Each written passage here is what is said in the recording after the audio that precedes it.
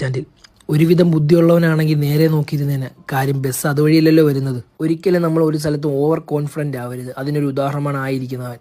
ഇനി ഇവൻ ഞാൻ നോക്കി ഏതെങ്കിലും പെണ്ണിൻ്റെ ആങ്ങളെയാണോ എന്തോ. അങ്ങനെയാണെങ്കിൽ ഇവനെ ഞാൻ അങ്ങോട്ടടിക്കും.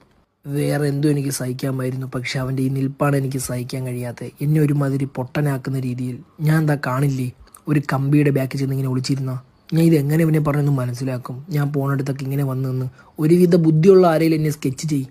ഇതൊരുമാതിരി അരി ഏത് പൊരി ഏതെന്ന് അറിയാൻ കഴിയാത്തവൻ. എൻ്റെ പൊന്നു ദൈവമേ. ഇവൻ ഇനി നിൽക്കെ കിടക്കെ എന്തേലുമൊക്കെ ആവട്ടെ എന്നുള്ള മട്ടിൽ ഞാൻ അവിടെ നിന്ന് പയ്യെ ഇവനെ ചീത്ത വിളിച്ചുകൊണ്ടിറങ്ങി.